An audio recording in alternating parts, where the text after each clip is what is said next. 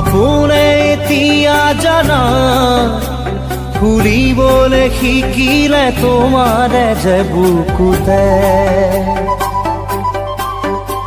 জীৱনে এতিয়া জানা হাঁহিবলৈ শিকিলে তোমাৰে যে ওঠতে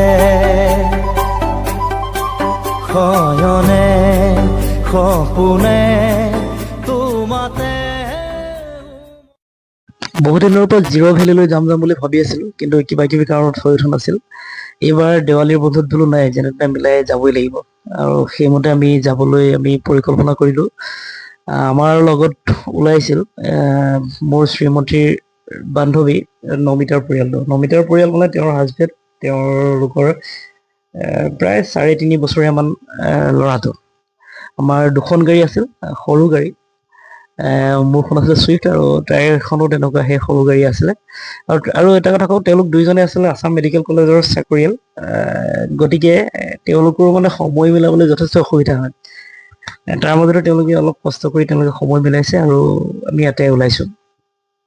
আমি চিলাপথাৰৰ পৰা ওলাইছোঁ। আমি প্ৰায় 8 মান বজাত ইয়াৰ পৰা ওলাইছোঁ। আমি লখিমপুৰ হৈ গৈছোঁ। লখিমপুৰ পহিমৰা হয় কিমিনৰ পৰা যিটো পথ জিৰ'লৈ গৈছে, আমি সেই পথেৰে গৈছোঁ। আমি কিমিনতে ইনাৰ লাইন পাৰ্মিট উলিয়ালোঁ। 400 টকা ল'লে। এনেই অনলাইন কৰিলে 300 টকা হয়, তেওঁলোকে 100 টকা বেছিকৈ ল'লে, একো নাই। এজনৰ পৰা 400 টকাকৈ লৈছে। আমি তাৰ পৰা যথাসময়ত আমি ওলালোঁ।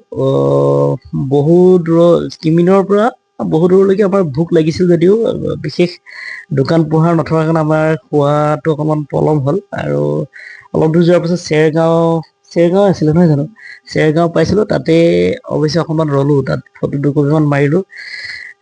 তাৰপাছত আমি আকৌ আগবাঢ়িলোঁ, গৈ আমি পুটিন পালোঁগৈ। পুটিনতে হোটেল আছিলে, তাতে আমি আহাৰ গ্ৰহণ কৰিলোঁ দুপৰীয়াৰ।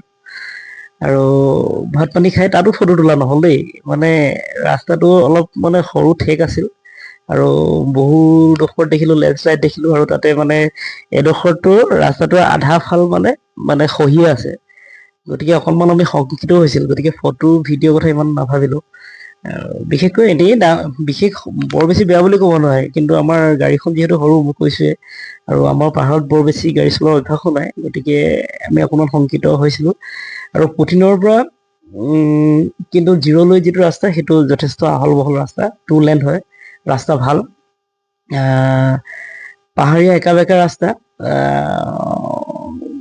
ক্ৰমশ ওপৰলৈ গৈ থাকিব লাগে, গতিকে অকণমানতো প্ৰত্যাহ্বান থাকিবই, কিন্তু মোটামুটি ঠিকে আছে, সেই ৰাস্তা ভাল। তাৰপাছত আমি গৈ প্ৰায় 7 ঘণ্টামান যোৱাৰ পাছত আমি জিৰ' ভেলী পালোঁগৈ। আৰু জিৰ' ভেলী পাই আমাৰ মনবোৰ ফৰকাল হৈ উঠিল, ভাল লাগিল। কাৰণ বহু দূৰ যোৱাৰ পাছত আমি যিহেতু দোকান পোহাৰলৈ দেখিলোঁ, যেতিয়া সৰু জিৰ' চহৰখন দেখিছিলোঁ, ভাল লাগিলে। আমি জিৰ'খন এনেকুৱা লাগিলে আমি দেখি যেন এখন ওলমা বাগিচাহে, পাহাৰৰ ওপৰত ওলমি থকা এখন ওলমা বাগিচাহে, আমাৰ তেনেকুৱা লাগিছিল।